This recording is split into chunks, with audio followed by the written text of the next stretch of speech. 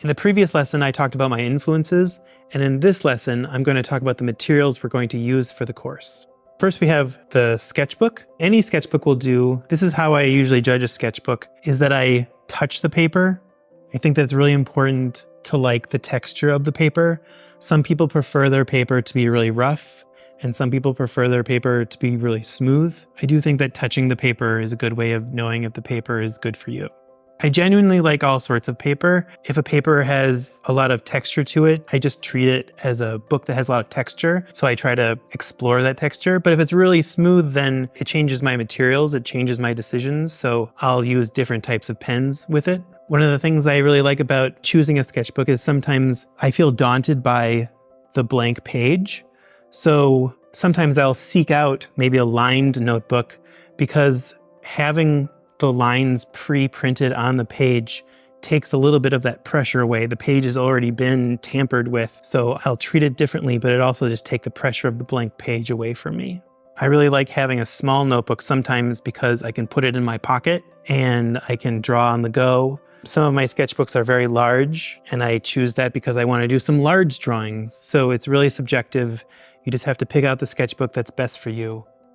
Here's my pencil. It's a Dixon Ticonderoga, which is the pencil I grew up drawing with. It was the pencil I used in school. It's just a very familiar drawing tool to me, but a lot of different pencils have different abilities. So if you have a harder lead, you can draw lighter, which is really nice, so you don't have to erase so much. There are blue pencils. They're like this light blue called non-photo blue pencils, which are these pencils that cartoonists use so they can print directly from their drawing without doing any erasing. I personally don't mind erasing, and this pencil is very comfortable for me, and I use it because I like being comfortable when it comes to drawing.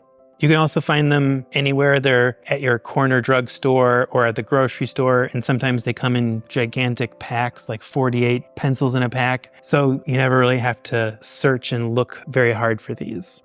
In order to use the pencil, you'll need a pencil sharpener. The metal ones are really nice because they last forever. Get to the eraser. This is a Mars plastic eraser. The white erasers, I really like them. A lot of cartoonists use them, but really you just need an eraser that doesn't leave a mark on the page. So sometimes if you have an old eraser like at the end of your pencil and you're erasing and it leaves like a pink streak, that's a bad eraser. So just get an eraser that erases the pencil lines without leaving a mark. And also if you're using a blue pencil or something like that, you might not even need to erase at all.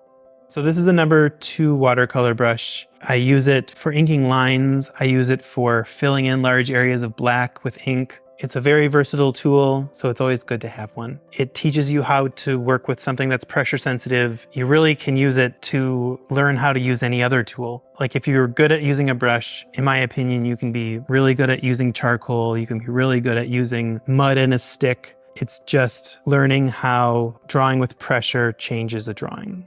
These are the nibs. You'll see that they come in different shapes and sizes. They each do something different, but again, it's another pressure-sensitive drawing tool that has slightly more control than a brush. It also gives you the satisfaction of having a connection to the paper. One of the things that is slightly complicated about a brush is that when you're drawing with a brush, it doesn't really feel like you're drawing with anything, but when you're drawing with a nib, you can feel that contact with the paper.